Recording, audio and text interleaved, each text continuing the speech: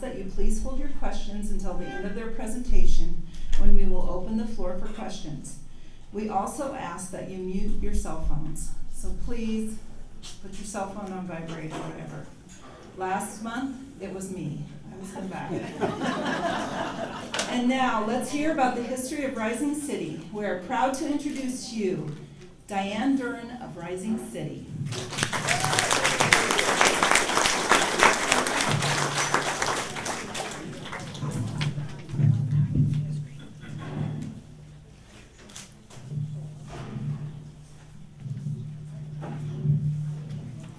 Good evening. I'm Diane Duren, and I'd like to welcome all of you to the towns of Butler County and specifically the Rising City presentation. When Gina Barleen asked if I would do this late last year, I thought to myself, I wondered if I was knowledgeable enough about our present history. However, after agreeing and jumping in with both feet, I realized that my family actually goes back 7 generations. And one of the early settlers I'll mention, Jacob Walter, is one of the early settlers I'll mention, and he was the brother of my great-great-grandmother, Sarah Walter Poole. Also, my husband Jeff, who's sitting here in the front row, goes back that far as well, and W.W. Lemunyon, who I'll mention later, is Jeff's great-great-grandfather. So I guess maybe we do qualify and have some deep ties to Rising City, and I hope I can offer some very interesting information on Rising City that you will enjoy. I know many of our relatives are here in the audience this evening, and I know there are many other people here in attendance that know far more than I do about Rising City history. So I enjoy learning from them and hearing from them. My focus this evening will be on the early settlers, especially the Samuel W. Rising family and their generosity towards the town of Rising, later called Rising City. Then I'll spend some time on the country schools, churches, and cemeteries in the RCPS school, as those were the fabric and core of our community back in the late 1800s and still are today. I also want to point out that I will share information about not only Reading Township, but Summit Township to the north, Union Township to the east, and Reed Township to the south, as that is the area that Rising City serves and covers, and those were also very vital to our success throughout the last 145 years. Many of our country schools and churches and cemeteries cover all 4 townships and families, and I will share many photos of Rising City in the late 1800s and early 1900s that I think you will like to see. Many of them are in the back as well. Due to the time of just 1 hour, I won't be able to focus on all businesses of Rising City, nor all the successes through Rising City school history from the past 145 years, but I will present a lot of information at the 30,000-foot level. Plus, we have a very nice display on all 3 walls in the back, and that covers way more than my presentation. The sources I used this evening were the Reflections of Rising City book that was released shortly after 1978 centennial and written by our history committee. And then the Q125 history book that was coordinated by Ramona Ellison, and we're very happy to have Ramona here this evening at our presentation. I encourage all of you to stop by the Rising City Community Library or the Hruska Memorial Library to view all of the history of our community, including school history, as I haven't even scratched the surface of what history we have available. And then finally, as Kay mentioned, I only get an hour, so without interruption, we'll hold all the comments and questions until I'm finished.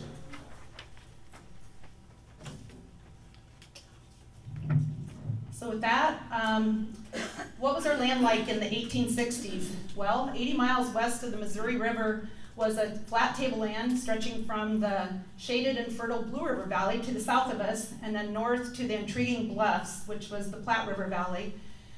Basically, it was just an open prairie inhabited mostly by antelope, coyotes, an occasional herd of buffalo, and a few wandering remnants of the once plentiful and peaceful Pawnee Indians.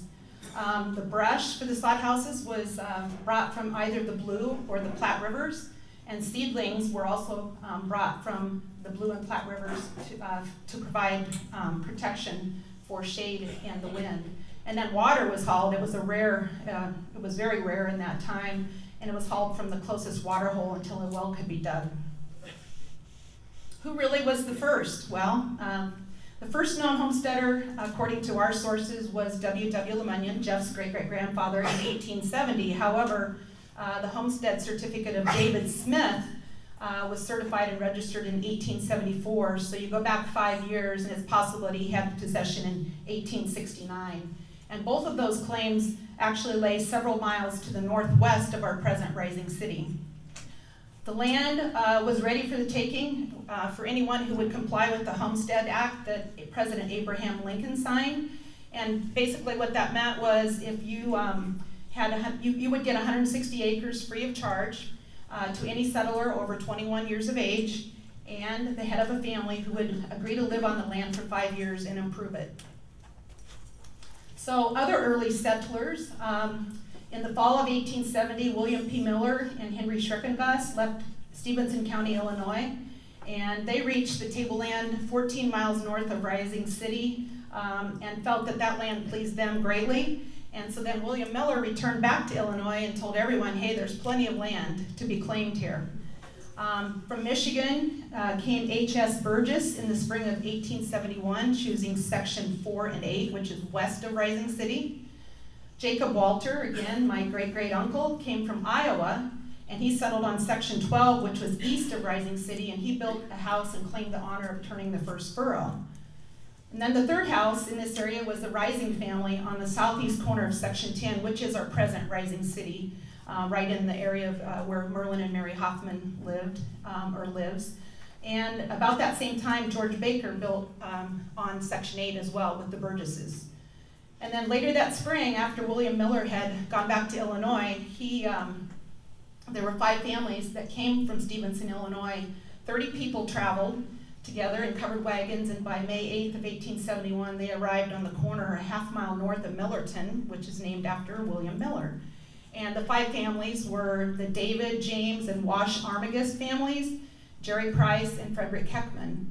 And William Miller, who, if you recall, went back to Illinois, he came and met them in Columbus after coming back to Illinois by train to direct them across the Platte River. Other settlers, everybody was flocking in the summer of 1871 and the spring of 1872. Predominantly German Lutheran and German Methodists are who settled here in Rising City. I'm not going to read all of these names because there's a lot of them, but I tried to highlight the areas around Rising City. So to the northwest, you can see those families. Directly east, again, there's quite a few families there mentioned. And then to the southeast, again, the group from Stevenson County, Illinois, and other family names as well. I should mention that all of this information will be in a booklet that the Historical Society is going to be publishing next spring. So if you can't read all these right now, you will get a chance to later. Also, other families in the area, again, I won't read all of them, but very familiar names. The Southwest families, obviously, and then directly west. So there's a lot of names there I'm sure a lot of you recognize, and you'll hear those names here later on in my presentation. So here's a plat map showing early settlers, country schools, and cemeteries. I didn't put churches on here, but I will cover that later. Up in the Summit area, the Summit Township, I should say, we had 5 country schools. So we had the Welcome, the Blue Mound, and the Centennial, kind of on the west side of Summit Township. Then we also had the Summit School District to the north and east of Rising City, also the Cornhusker School District, number 30. Then when you get down into the Reading Township, we had 4 country schools. We had the Fairview, which was the oldest. We also had the Union Hill School District, and then the Greenleaf School District. And if you wrap around over to the east and south of Rising City, we had the Rising Sun School District. Over to the east, which is Union Township, we had 4 schools as well. We had the school district here, 70 and 49. We had the Millerton School District and the Pleasant Hill District north of there. Also, the early settlers, as I mentioned, here was David Smith, northwest of Rising City. We think he was one of the very first that we know of, and W.W. Lemunyon. They were both north and west of Rising City. I should mention also the actual post office was in Summit Township, and it was called Summit, and I'll talk a little bit about that a little bit later. There was also another post office right down here. Where'd it go? the Ora post office. And that was a Latta family that they named it after their daughter, Ora. And it must have dissolved sometime, we don't know really when, probably when this Summit post office moved to Rising City. And then we have H.S. Burgess, as I mentioned earlier, was section 4 and 8. And then George Baker as well in section 8. Then we have the Rising family, which actually that's right where Rising City is now. And then here's the Jacob Walter family to the east. And then we have the Millerton families over here in Millerton. And then of course the cemeteries, which I will elaborate on a little bit later. I don't really have any that was in our records in Summit Township, but we have the Fairview, which is the oldest one, west of Rising City. We have the Circle Mound, which is just north and a little bit west of Rising City. We have the Faith Evangelical Lutheran West, southwest of Rising City.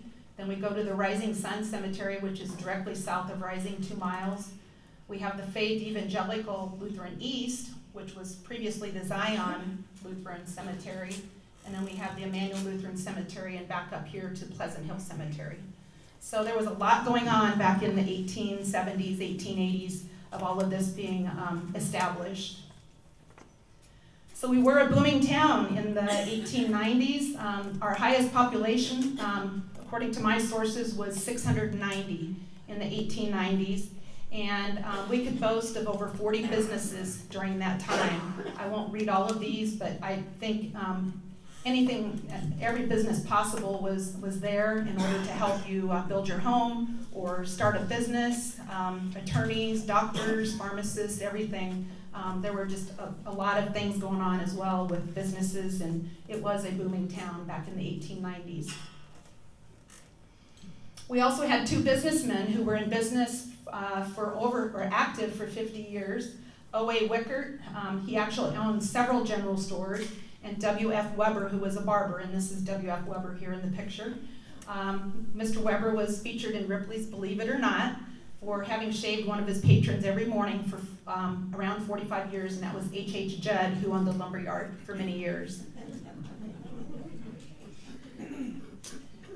Then we have to mention the railroad because that was just so vital to every community that it ran through. The Samuel Rising family and A.F. Turpening gave the land for the town site along the Omaha and Republican Valley Railroad, and that's what it was called originally. The railroad was already in David City by 1873, if I'm not mistaken, and then extended to the western side of Butler County by the spring of 1878. This is a really nice picture here of the depot. My husband and I are fortunate to have this depot sign. His dad got it and was given to my husband. Here's another picture. And then Rising City obviously was known as an important shipping center for grain and livestock, and also, and is still known as one of the best portions of the county for farming. Here's, again, another very old picture back in 1905. And here are all the agents that we had for the railroad. And sadly, in June 1st of 1973, our depot was closed. And then in 1975, the depot was raised. Originally, like I said, it was Omaha and Republican Valley Railway, but then it was purchased by the Union Pacific Railroad in 1898. And I thought this picture was really interesting. This is the water tower for the steam engines. So when they came into town, you know, they just filled up with the water and away they went. We'll talk about the Rising family. Samuel, right here, and his wife Polly, and their sons Albert, Dennis, and Joseph. They came in the fall of 1870 and then filed on the homesteads in December of that year. They established their homes, of course, in Reading Township, which was named for the town Reading that had been their home in Michigan. And then Samuel built his home on Section 10, the eventual site of Rising City. Samuel also bought land for his son Jesse, who is not pictured here. As I mentioned, Samuel and his son Albert and A.F. Turpening each gave 40 acres of land for the railroad on which they built a Y connection, stockyard, and depot, which they called Risings, sometimes Rising Station. And then the old depot, I didn't know this, way before my time, obviously, and many of us. The old depot was actually on the west side of Main Street and south of the railroad tracks. And here's some more of the Rising family. This is Joseph's family. I found these pictures and thought they were really cool. These two women right over here are in this picture as well. So just more of the Rising family. Then platting of the town. We, in October of 1878, the railroad platted Rising City, and they made 5 east-west streets named for trees, and the north-south streets were named for Nebraska counties. And then the only building, I guess, that they mentioned was that wasn't on the plat was the school about 2 blocks east of the plat. And then November 10th of 1885 was actually the date Rising City was incorporated by the County Board of Supervisors. And we do have a book back there along the wall here that starts in 1885 of all of the village minutes. It's very, very interesting. So if you get a chance, take a look at that. The first post office, as I mentioned earlier, was actually established December 1st, 1871 in Summit. And this is the Summit Township here, so Rising City's down in here. It was 2 miles north and 1 east, and then a half a mile north again. The postmaster was Clinton Cobb, and he named it for his former Wisconsin resident, Summit. And then he also had a general store with that post office. Then J.C. Paxton, he purchased the Cobb store out at Summit, and he physically moved it to Risings. And then in October of 1878, he renamed the post office to Risings. But the town was also referred to as Our Rising City, the name that remained with all of us until today. Paxton's on the north side, which was this up here, of the railroad, became Rising's first merchant. And then also in 1878, we saw the construction of the commercial house, which was our first hotel, but I do not have a picture of that. This is the second location of the U.S. Post Office. Here's our current post office as it stands today. And as you can see, here's Clinton Cobb. These are the appointment dates. And unfortunately, our post office is only open half days now, and we're served by clerks. But it is still a very nice post office. And we have to mention our veterans. Rising City had many, and has had many men from our community serve, and all of the wars mentioned there. The Reflections book of Rising City produced 6 pages of veteran names, and our American Legion Auxiliary unit is very active still, and they have a more complete listing, so if any of you want to see that information, I would contact the auxiliary. We also want to thank all of our veterans who served to protect our freedom, and also to the women at home who were very active in the Red Cross during the early wars. And here we have a picture of a Lanson Kilgore with his brother. Here's a Lanson with his brother Fay, who just returned from the service in 1918. And then here's Henry Nordmeyer from 1918 as well. Now we'll talk about country schools. They were vitally important because everybody lived out in the country. We didn't really have a town established back in the 1870s, 1880s. So the Welcome School District was the one clear to the north and west of Rising City, 6 miles north and 1.5 west. I highlighted the family names because it'd be a lot quicker. I'm not going to read every one of them, but in 1909 there were names such as Smith, Miller, Muller, Eschliman, Becker, Seidel, Steinman, Peck, Shields, Bach, Perrine, and of course a teacher by Nellie Hyatt. And here's a picture of 1909 or 1910 of the Welcome School District. The Blue Mound School District had kind of an interesting story. That was 2 miles south of the Welcome School District, so about 4 miles north and 1.5 miles west.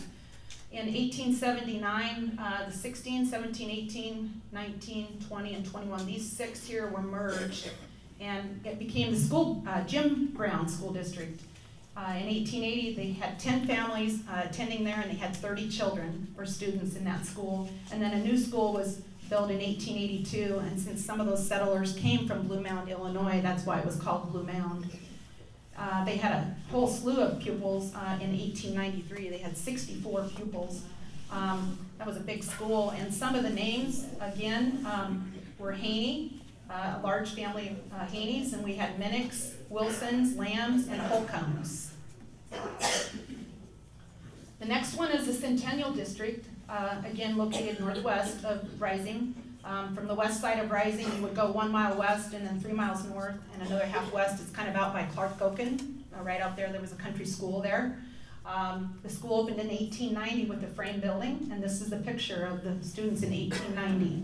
Again, some very familiar names, some of my husband's relatives: Lemunyon, Carpenter, Gale, Deckert, Chambers, Stafford, and Harris, Treadways, Brown. The list goes on here, but very familiar names of families that have been in Rising City a long time.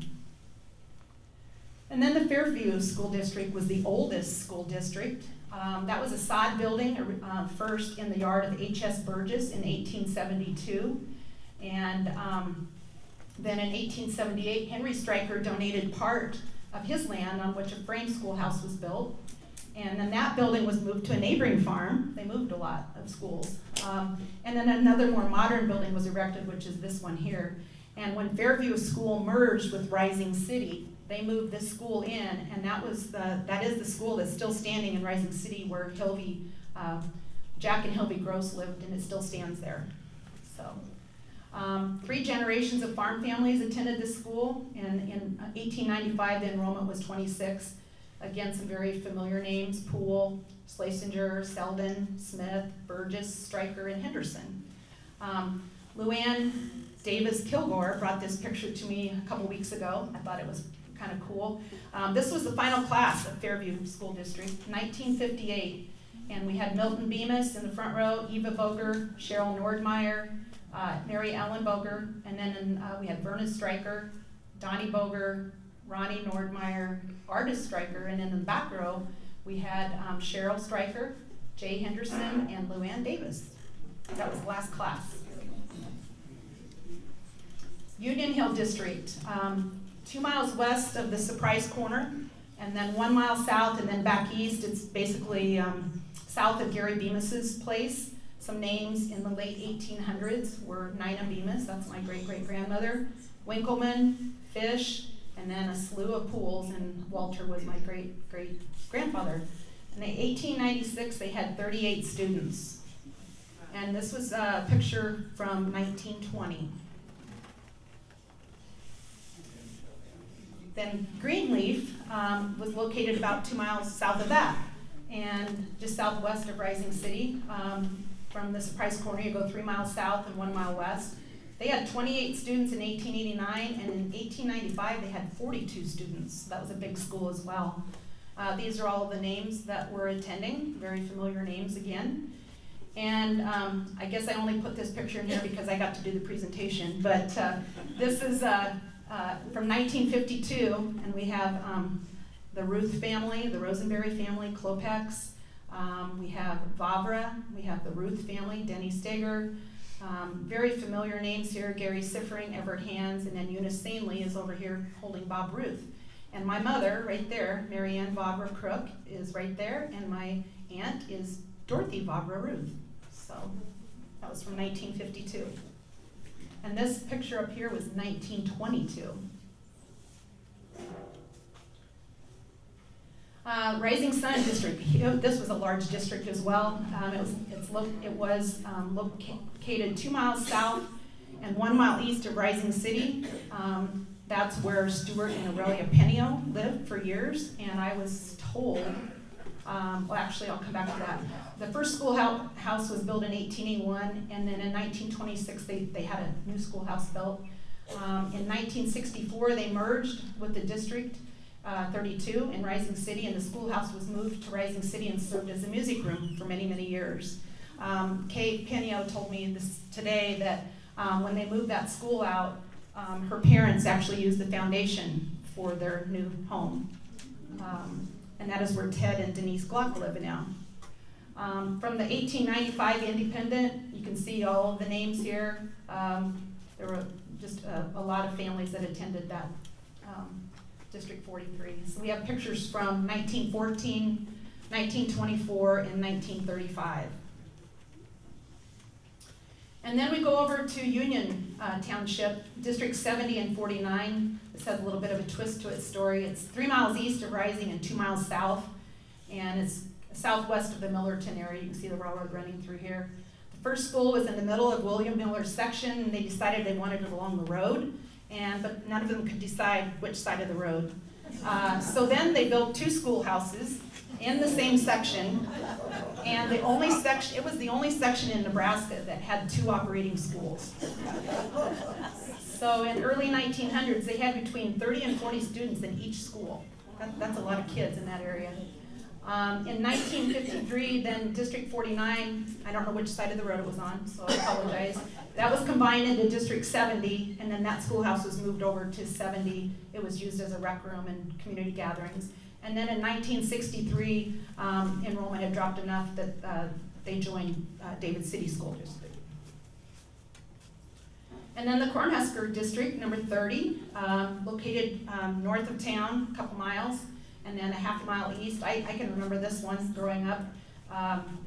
It was called the Deaver School, I guess people refer to it as that. They moved from an old wooden one-room building to a brick structure.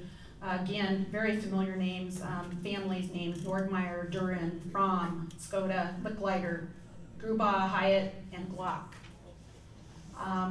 The Pleasant Hill District, School District was located 3.5 miles east of Rising City's northeast corner in Union Township, and that opened in 1872. The newspaper said it had 18 students, and again, here's some names of the families that attended that school. Then a new building was erected in 1925, and then that district was later joined by the Millerton School District. So those people went a couple miles north, Millerton did, up to Pleasant Hill. And they opened in 1888 and closed in 1950 when they transferred into Pleasant Hill. And then in 1893, they had 20 students, and 2 of those were James and Ethel Atkinson. And the last one is the Summit District, 88. That was the very far north in Summit over to the northeast of Rising City, 4 miles north and a half mile east. They had 26 students in 1895. This school closed and moved to Rising City, and that is where Corey and Tracy Roberts now live, and they've remodeled it into a very nice home in Rising City.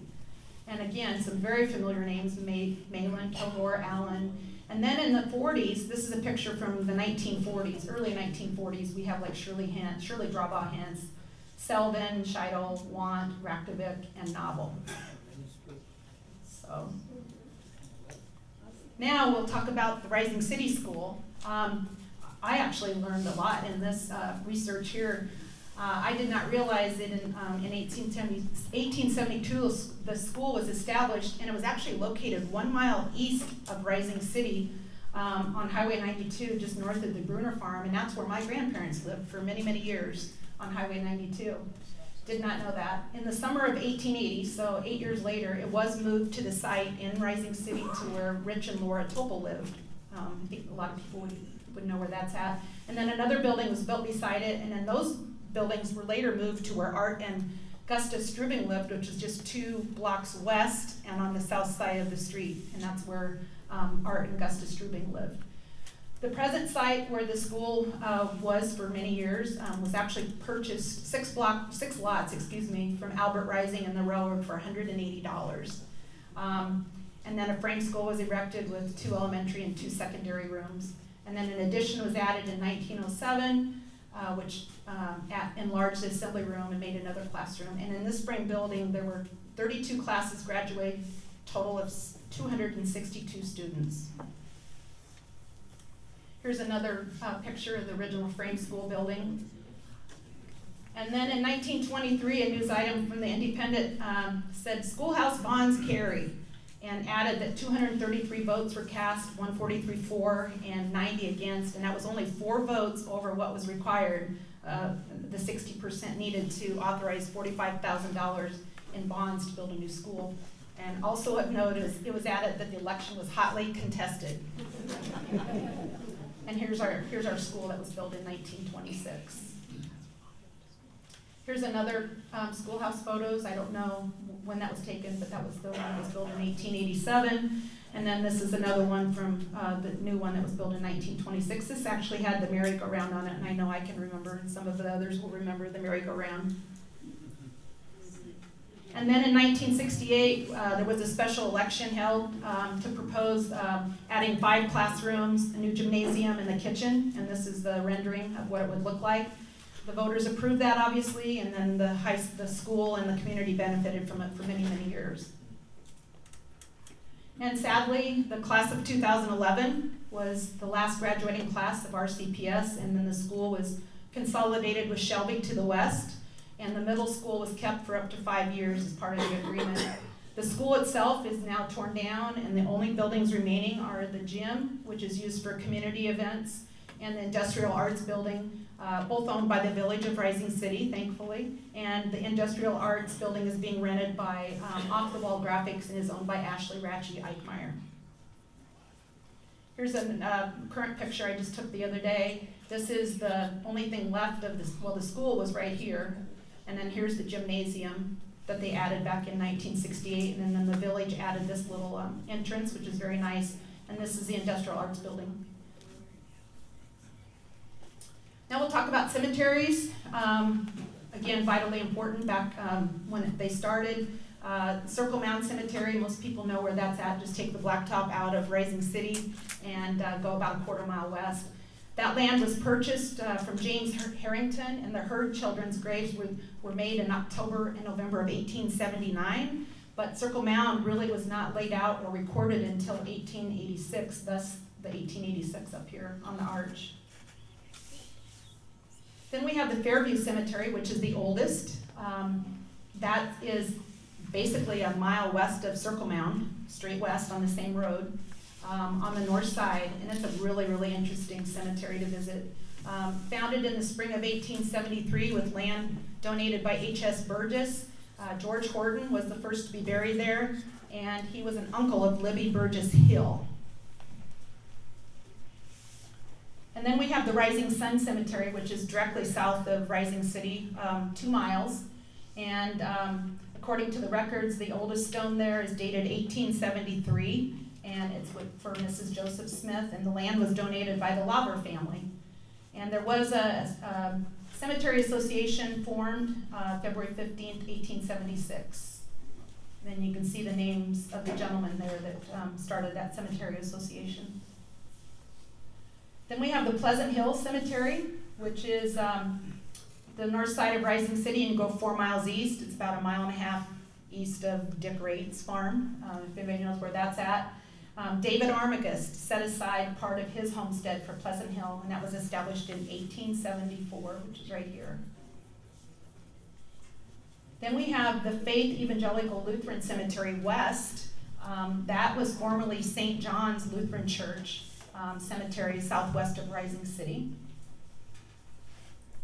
And then we have the Faith Evangelical Lutheran Cemetery East, which was formerly named Zion Evangelical Lutheran Church Cemetery of Garrison, and that's 3 miles southwest of Garrison, or as we know it, it's on the Ulysses Road, about 3 miles. And then we have churches. We have a very beautiful church in Rising City, the Faith Evangelical Lutheran Church. That was formed when St. John's and Zion merged in 1991. And St. John's was established way back in 1893, southwest of Rising City, and Zion was established in 1902, southwest of Garrison. And this is the parsonage for the Faith Evangelical Lutheran Church. Very, very nice parsonage in Rising City. This was one I was not aware of, the Summit Christian Church. Again, Summit Township. It was located about 1/2 mile east of the Summit Country School. And that was dedicated in 1885, and then it ceased serving the area late 1916 or early 1917. It had a sister church to it, which was actually located in Rising City. I think a lot of people don't realize that either. I certainly did not. It was north of the business district on Main Street, and that's where Tom and Vicki McCracken live now. They actually did some cement work here this spring, I think it was, and they found the cornerstone when they were fixing their cement. That was built in 1880 and ceased serving the community again about late 1916 or early 1917, and they shared the same pastor as the Summit Church out in the country. And that was actually the parsonage for the Christian church. It was located west of Tom and Vicky's house of the church, and that was where Verl Winchester, our town maintenance man and town security person, or we called him town cop, used to live. Then we had the Congregational Church. That was organized in 1875, built in 1879, and then it was renovated in 1900 at a cost of $170. Can't imagine. The church was no longer functioning in the community by 1915 as well. So we lost 3 churches in a matter of about 2 years. The church, I thought this was interesting. I grew up out in this area. The church was purchased by Carl Hoffman for grain storage, and then moved to his farm, and then later to Arnold Hoffman's farm, which is now where Todd DeWhisper lives, just a little bit east of Rising City. I don't know if that building's there anymore, but that's where it was moved to. And then we have our Rising City United Methodist Church. It had its early beginnings in 1871 when a circuit rider from Schuyler organized the first class and preached his first sermon at the request of Samuel Rising. The church was built and dedicated in 1882, built by D.O. Verity, and the parsonage was built in 1927, 1928. It's still there. And the Nina Sanley addition was completed in 1971. So this is the original church that was dedicated in 1882. And this is our church, the Rising City Church, Methodist Church now, here. And then here's the Nina Sanley addition to the west, and this is the parsonage. And this is a better picture of the parsonage as it is today. And then we had the First English, it was called First English Evangelical Lutheran Church back in the 1870s. It had its beginnings in 1879 when William Miller, if you could recall, from Millerton, he settled 4 miles east of town, and he felt strongly there should be a Lutheran church in Rising City, and it was dedicated in 1885, completely debt-free. In 1938, the church burnt down, and it was rebuilt and dedicated in 1940. The old parsonage was sold and torn down, and then the J.R. Wilson home was purchased for the new parsonage, and that is now where Janice Brosh lives. And here's a photo of today's First English Lutheran Church, beautiful church with an addition on the back. And then we have an Emmanuel Lutheran Church out in the country. It's located 4 miles east and 1 mile south. I mentioned the cemetery earlier. It had its beginnings in 1882 when a group of families came to Butler County from Germany. That was dedicated in 1885, and the building later became the Emmanuel Lutheran Schoolhouse, and they had parochial school there for many years. The new church was built and dedicated in 1903. This was actually in 1897. So who reported all of the news back when everything was happening? We had to have a newspaper, right? 7 years after the town was organized, it was a busy commercial center and lots going on. We needed to share the news for businesses and social activities, so the Rising City Independent went into print in 1879, started by A.E. Verity, then his brother C.E. Verity, and then later run by a whole slew of editors. And it enjoyed its 50th anniversary, but then sometime shortly after that, it ceased to exist between 1937 and 1940. Other happenings, the first bank was established called the Rising City Bank. That's this picture right here, in 1882 with a capital stock of $20,000 and a surplus of $20,000 owned by Samuel and J.S. Richenbaugh. Also, the Rising City Bank was closed then in 1929 and consolidated with Farmers State Bank, which was chartered in 1904. In July of 1882, we also had a gentleman come to town, and he was a retired Civil War veteran and disabled, and he framed and raised the first elevator that held 30,000 bushels. I thought that was a big time back then. And then we also had the commercial bank in Rising City. It did have some difficulties, and so then L.A. Warren was appointed as receiver. He also looked after the Surprise Bank, and then shortly after that, the commercial bank dissolved before the turn of the century. The Farmers State Bank was chartered in 1904 with the capital stock of $15,000, and then the new building was erected on the west side of Main Street, north of the tracks, and then in the summer of 1928, the bank building was enlarged and a second safe was added. So we had a lot of other stuff going on with utilities and telephones and paving of streets and sewer systems and all that. Try to run through this really quick. In 1896, we had a telephone system that connected east and west. 1903, 1904, we had a town hall built, and the basement of that was a well for the waterworks. We had rural free mail delivery in 1903, and then in 1912, they decided to light the streets with 100 and 150 watt lamps. And then in 1913, a year later, they decided they better control that, and so then they passed an ordinance to control the light and water utilities. In 1923, the Lincoln Telephone and Telegraph acquired Rising City Exchange. 1924, the town picked itself up from a devastating fire and decided to dispose of their lighting system, and then they purchased power from Blue River Power Company of Seward. And then in 1925, even though they defeated a town hall proposal, they decided that they would go ahead and pave 5 blocks of the main street. And by 1949, they were converted to dial operation for telephones. Just a few more things. Chronologically, we had a new water tower put in 1954 to replace the old standpipe that was open at the top. And sadly, the last steam locomotive passed through Rising City in 1957. We had direct dialing in 1958, and then we had a city sewage and water disposal system in 1959. And then in 1975, we had a 1- and 4-party rural service available. And one that I vividly remember, I was about a sophomore in high school then. I remember my future father-in-law, John Duren, was the mayor, and he and the village board took a lot of heat over this one. But I do thank them now for having the vision and the foresight for paving our streets.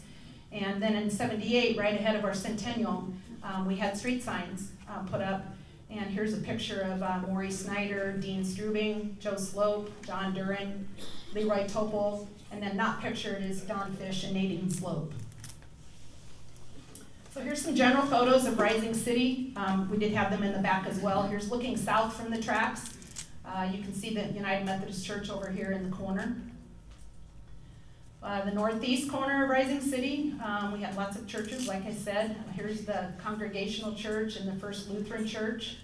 And then clear up here in the top is the Christian Church. This was taken around 1900. And then this is the southwest corner of Rising City.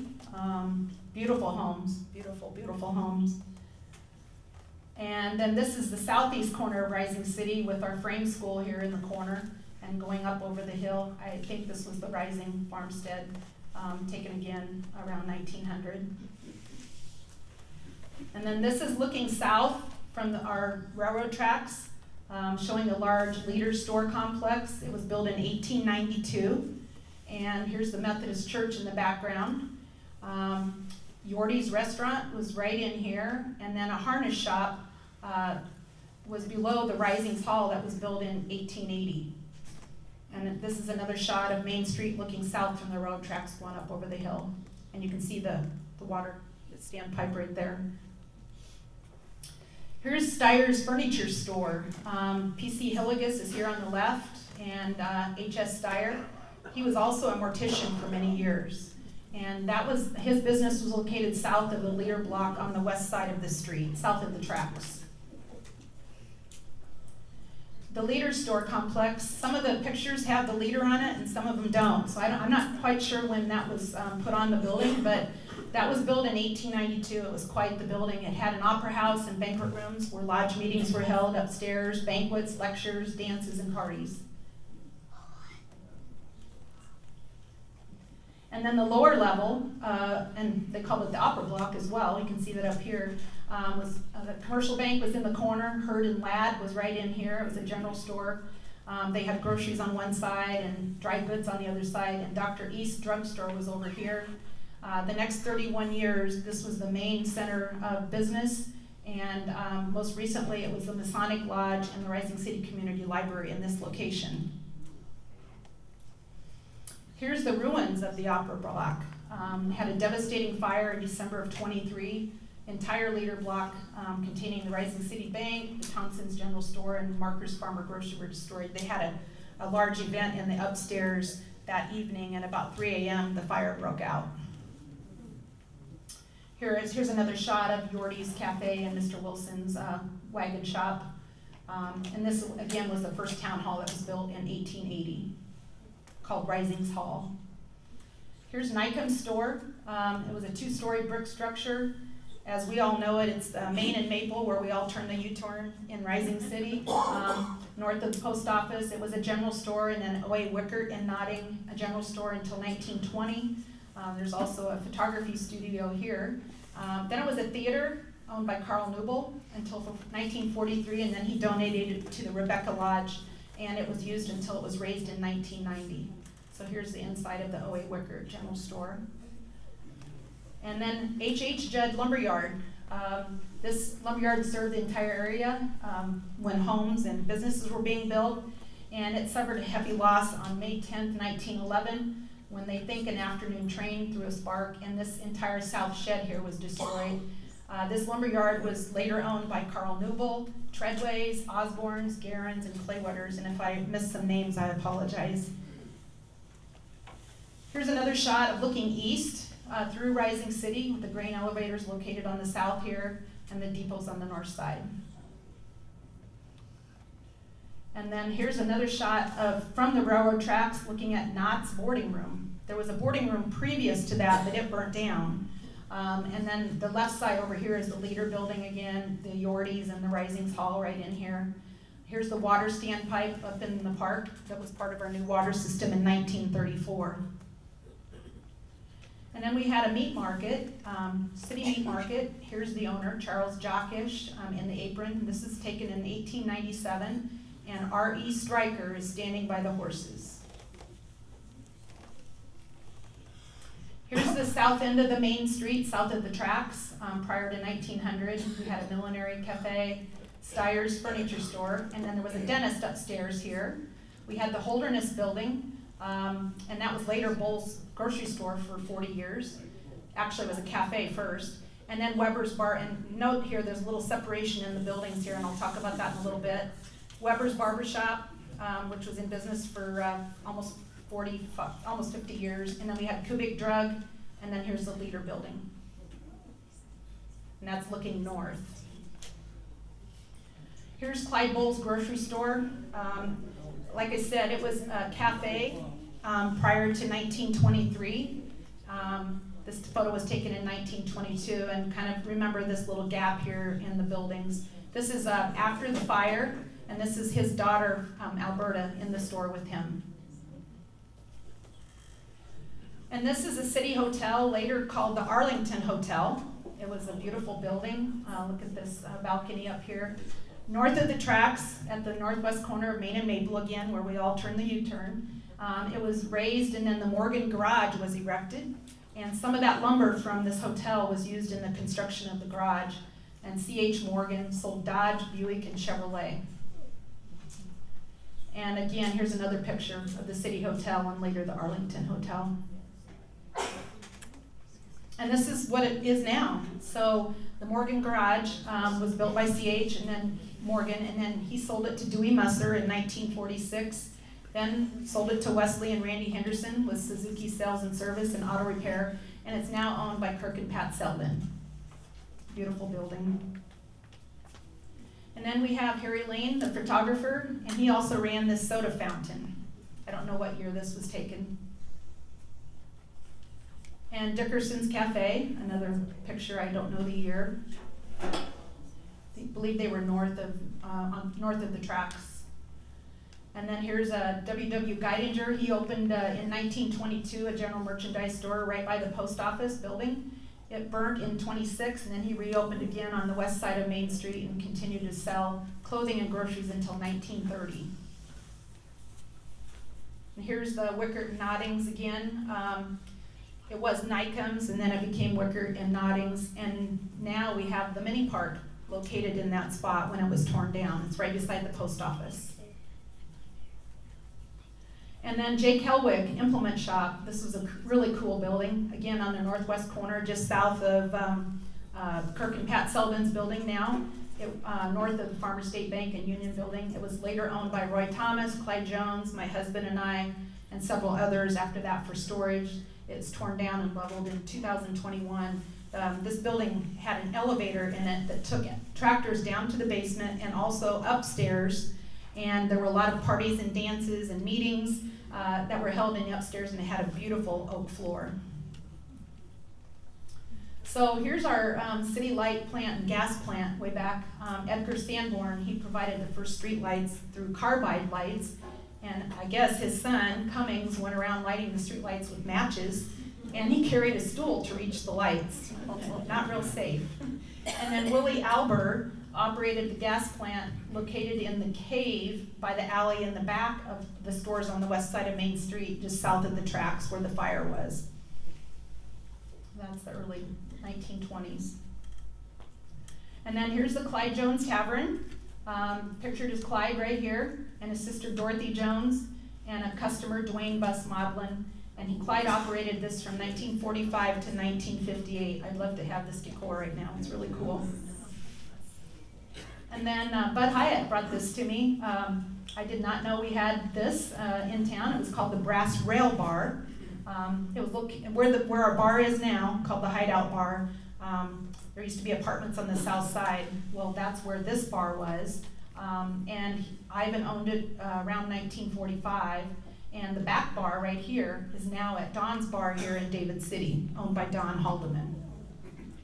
And Bud told me that Ivan was killed shortly thereafter in an auto accident, I believe, north of town. I'm not sure if Bud's here, but okay. So here's a population, just a snapshot real quick. Again, the high was 690 in the 1880s, and you can see it went down real quick here in the 1950s. To 374, so we lost 46% of our 1880 population. And I think many, many small communities were the same way, just due to vehicles, and the trains kind of went away and everybody was going every which way. But it also coincides with Butler County's highest population. That was in the early 1900s as well, and it's now down to 8,369 in the latest census. So our first biggest fire was very devastating. It was in July 8th of 1892. It was just north of the tracks on the east side, and it took pretty much the whole block out. You can see here it was the hardware store, an implement store, a drugstore, millinery, brick hall, and furniture and restaurant. And obviously it was only partially covered by insurance. So here's the townspeople in 1892. There's also, you can see the churches in the background here. And then the tragic fire of 1923, where the Leader Opera House, the bank, the law office, the telephone office were wiped out, along with the American Legion post, who lost virtually everything. Wickard's grocery store, Thompson's general store, Marker's meat market grocery were just a pile of rubble. And then the Shelby and David City fire departments came and helped. And if you recall, I mentioned that there was a little alley between Bowles grocery store and the store north of it. That's the only thing that saved their cafe, was that alley. And the fire departments were able to put enough water on it throughout the night, and they were able to help. They saved the building, and they were able to serve coffee to the firefighters throughout that tragic loss. We also had tornadoes, and we continue to have them, but they were just so terrible back in the 1900s. This was our first one, March 20th of 1919. It struck the east side of Rising City at the Jacob Ohm place. Obviously got some outbuildings and windmill, and then it went north to the F.C. Hoffman farm, destroying the barn, windmill, and some other, and injuring some cattle. And then farther north, it struck the Glenn and James Guerin farm, tearing up buildings, and Mr. and Mrs. Ed Lovers were injured in that storm. This is a picture of another funnel cloud that passed through Butler County in 1925, although it did not injure anybody in Rising City. This was another terrible tornado, May 5th of 64. It was 80 miles long and a mile or so wide. And in the Rising City vicinity, thankfully nobody was, no lives were lost, but we did, a lot of farms suffered extensive damage. This is the Bob Nordmeyer farm, and the Wilbert Hondorf farms, along with Harry Kilgore, Doyle Fozer, Jacksons, Rakovics, Workmeisters, Britton, Timms, and Mark Mortensen. And then the same area suffered severe weather damage again in April of '78. And one of the saddest days in history for our area was July 4th of 1945. A tornado hit the James Henderson farm at approximately 8 p.m., and that was 2 miles west of Rising City, just west of where Viola Croft lives on Highway 92. And house, barns, and outbuildings were completely destroyed and also killed 3 persons. Marie Henderson and her 4-year-old son James and Miss Dee Dee All's house of David City were killed. And Jim and his 11-year-old daughter were seriously injured and survived the tornado, but weren't able to attend their funeral due to injuries sustained. Then that same tornado moved southeast of Henderson's about 2 miles and struck the W.A. Fitzpatrick home. It picked it up, turned it halfway around, and carried 150 feet off the foundation. Fortunately, nobody was home, but the house was damaged badly and all the other buildings were razed. And then it turned south from Fitzpatrick's and claimed the Richard and Evelyn Uphoff farm.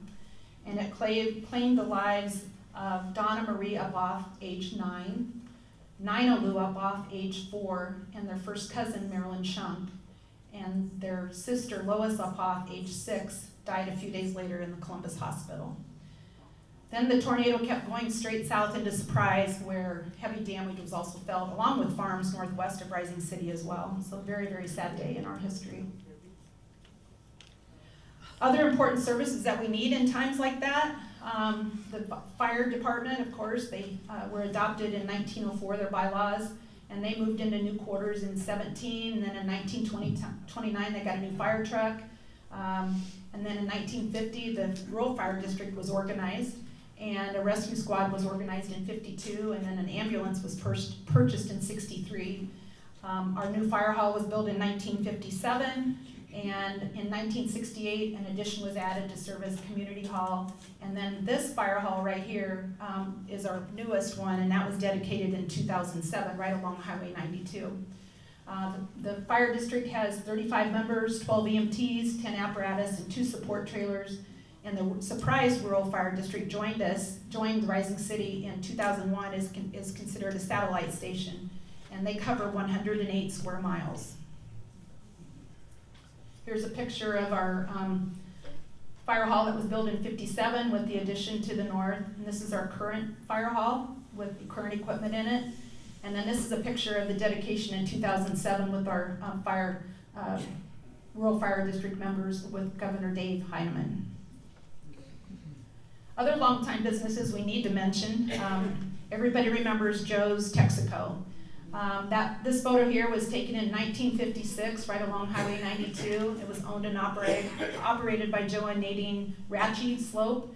It later became Joe Sinclair. And I don't know about any of you, but known for the best customer service around and also the best Christmas gifts ever. And we have a lot of them on display in the back. Opened in 1953. In connection with that was Trail's Best Cafe, run by Nora Mosier, and then Homer Parsley from 56 to 63. And then after that, we had Evelyn Uphoff and her sister Wanda DeLigi, who ran it, along with her husband Richard, and they ran it for many years. We also have the Rising City Community Library that we're very proud of. In 1963, some ladies came together to reorganize, and that library was first in the Welch building next to the barber shop. And then it was moved to Marie Gertis's home. She was actually our library director for many, many years. And in 1975, it moved to the Masonic Lodge building, formerly the post office. And then in 2023, just this summer, we moved to a new location right down on Highway 92 with the help of $110,000 from various donors. And it's in the former Hillcrest Shopping Center right beside Cornerstone Bank. I have to mention the skating rink. Everybody remembers that, don't they? It was built in 1948. People would come from miles around. Everybody knew where the skating rink was in Rising City. Henry Prigge built that, and then the last owned was by Dick and Jen Schrader, and it closed around 1980. And the sand bottom swimming pool, as grew up with this, it was constructed in 1964, and it had 1 acre of water in it on the edge of the city park. And then of course the H.F. Guerin Park has provided many, many years of enjoyment. And our infamous July 4th celebration, everybody from miles around also knows that, and that includes a tremendous fireworks show. Some notable achievements, we had Clifton Hillegas. He was the founder of Cliff Notes, and he was born in Rising City, and then he graduated from Rising City. He went on to UNL, and then he worked also at the Nebraska Book Company. Cliff Notes, for those of you that don't know it, are literary guides that literally saved millions of procrastinating students from academic ruin. And he actually insisted on keeping the company in Lincoln, and he devoted 10% of his profits to charitable causes in the area. I mean, you'd see his name all over Lincoln. And in 1998, he sold his business for $14 million. His mother, Rosina Christina Deckert Hillegas, also graduated from Rising City Public Schools in 1907. We also have Dick and Marv Grubaugh. They were twin brothers who played for the University of Nebraska. Here's Al, number 48, and Marv, number 49. They started their business in 1948, the auction service and real estate, and they also were the first ones to organize the Nebraska Auctioneers Association in the state of Nebraska, and also the National Auctioneers Association. And we had Dr. Walter Judd. He was born in 1898 to the parents mentioned there. He attended medical school at UNL. He was in World War I. And then in 1942, he was elected to the 5th Minnesota District as a House of Representative. He served for 20 years. And then he was also a medical missionary. And his house in Rising City is a house that Joyce Ratchey now lives in. Then we had Harold Bill Stryker. His daughter Cheryl is here, I believe.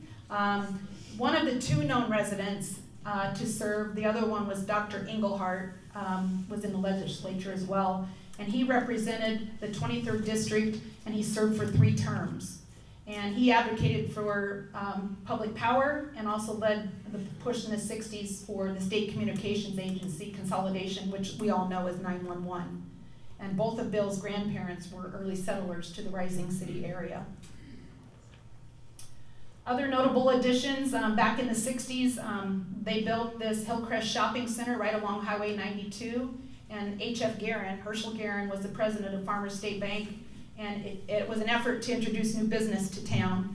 And so they built this shopping center, and in went Mary Ann Hoffman's Beauty Shop and Hillcrest Style Shop by Lila Stanley. We had Rising City Memorial Chapel. It was an extension of Knott Funeral Home. And then we had a laundromat dry cleaning business owned by the corporation, but it was run by Ella Stanley, and that closed in 1975. It's now currently, the west half is apartments owned by the Potter family, and the east half is the library and Cornerstone Bank built, and Cornerstone Bank owns that. Then we also, like I said, have Cornerstone Bank. They came in when Union Bank and Trust left town, and they came in 2002, and they continue to be an active lender for the business and farming community. And they give a lot of civic contributions towards us, including the use of the library space next door. And then we have the Rising City Pit Stop. Ken and Dan Potter, their families, started in 2017 on an ambitious project, and they cleared the old Joe Sinclair property and built a new gas station and convenience store. And obviously this investment has brought in thousands of dollars to our community, along with traffic, and along with it a portion of the sales tax collected comes back to us as community betterment. And then the Central Valley Ag, again, they're a large part of our community. Even though the elevators date back to the 1880s, probably the largest expansions occurred in the 60s through the 2000s, and this the latest expansion was the silos across the north with grain legs reaching back. And this is just a picture taken from the west. And then here's an original picture of the elevator. And then this is the expansion in the 1960s as they're building it. And then here's that expansion, the latest expansion with the grain lakes going over the railroad tracks. And of course our fertilizer plant, and then our big corn pile is back here to the west in the fall. I won't go into all this detail here. These were just civic clubs. We had a ton of civic clubs throughout the 1890s and into the 1900s. Probably the most notable are the ones that are in yellow, and they're still in operation. We still have 4-H clubs. We have the summer ball program. We still have the American Legion auxiliary unit, and of course the rural fire district. So lots of activity going on, but a lot of these are gone now. And then these were other social clubs that were in operation way back in the 1890s. I think there's a few of them still might be in operation, like the Friendship Club. This was the Rising City Writing Club. And then this was the Homemakers Club back in 1948. I'm almost finished, I promise. We had some major milestones that we've reached. We had the centennial for Nebraska back in 1967. There were trees planted on Arbor Day. We had a 2-day celebration with carnival, about every event possible. Special clothes were made. I just happen to have this picture, and again, since I did the presentation, I get to put this in here, but my mother slaved away for months making our dresses and of course the vests. My brother was 9, I was 7, Bruce was 5, and Denise was 2. And my dad obviously had a beard. He was in the beard contest. We had the dress reviews, of course. I posted some of those on our Rising History page. Here was a singing float. We had the 2 Schroeder brothers. We had Clark Gokin, Dick Ruth, and Neil Nickel. That was on the singing float. And then we had a special Veterans Day program in September. We also had our own celebration, 100 years, back in '78. It was a 3-day celebration in conjunction with our alumni banquet. And again, you can see that we had almost every event possible. And we had lots of dress reviews. I'm going to show pictures of that here in just a minute. Here was a style review. This was Heidi. I mentioned that you're in this picture, myself. We've got, I don't think Lee Fosler probably was real thrilled to be in with all of us, but I think his mother probably made him do that. And then we had a wedding dress review. I know Donna Steger's in there, Sue Peterson Topol. There's quite a few ladies I recognize there. We had service uniforms review, so you might recognize a lot of these that were in their service uniforms. And then we had service uniforms. Here's Rick Rubaugh, Randy Ruth. I think this is Monty Martins. And then the carnival. And then our last notable event for Rising City was our Q125. And that was held over July 4th of 2003. So we celebrated 125. And again, we had many, many events related to that. Here's the schedule of that. So, can you believe in 5 years we will be celebrating 150 years? That's hard to believe. I would say watch for another history book to be released. Not sure who's going to do it. And plans being made for a great celebration. We'll probably need to start soon. And I want to provide a huge thank you to Ramona Ellison, who for years has been our town's historian. Ramona's here in the front row, so thank you, Ramona. Let's give her a hand.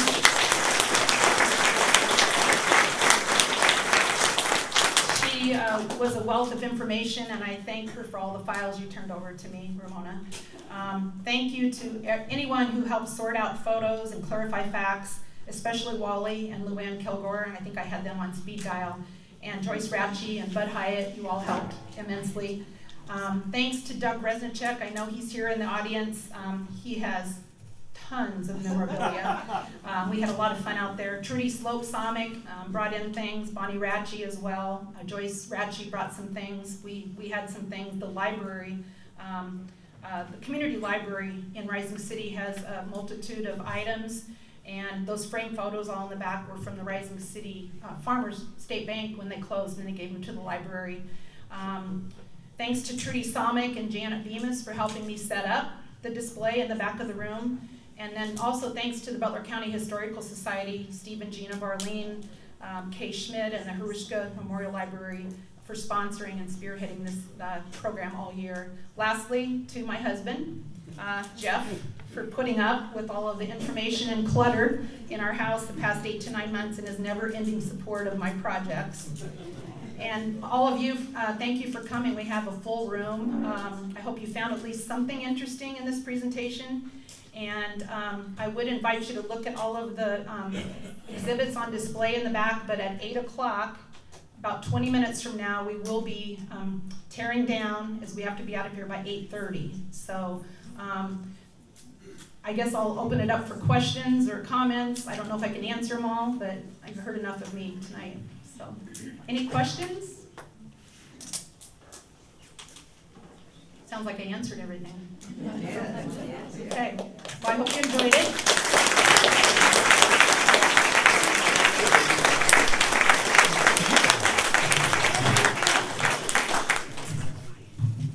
Thank you, Diane. I know how much work this took to put this program together. You did an excellent, excellent job. The Butler County Historical Society would like to present you with this token of our appreciation, this certificate, and 2 years membership to the Historical Society. You've been an excellent member. Thank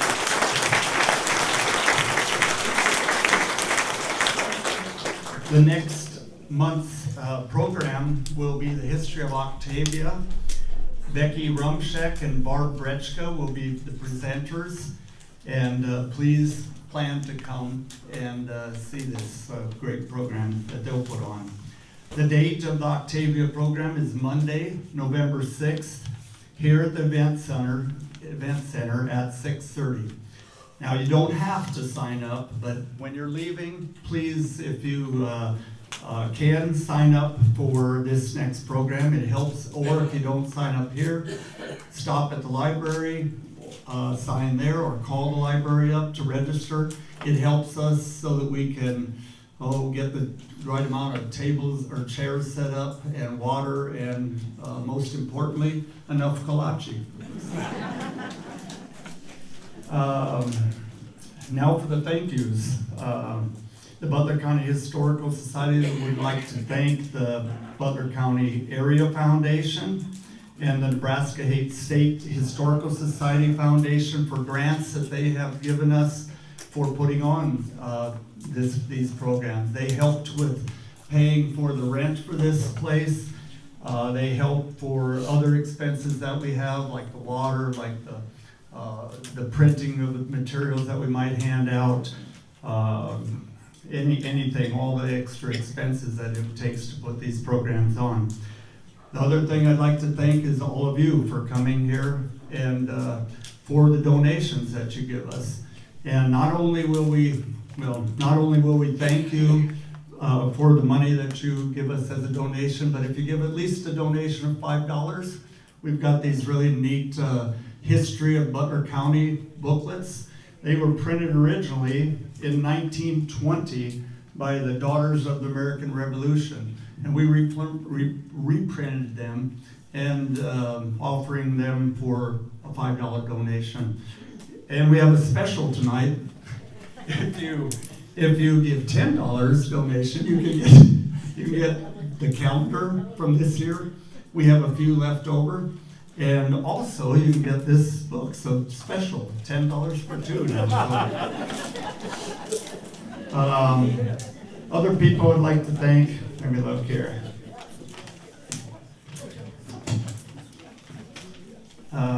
In closing, we'd like to thank the library for all their work that they've done to help us with these presentations.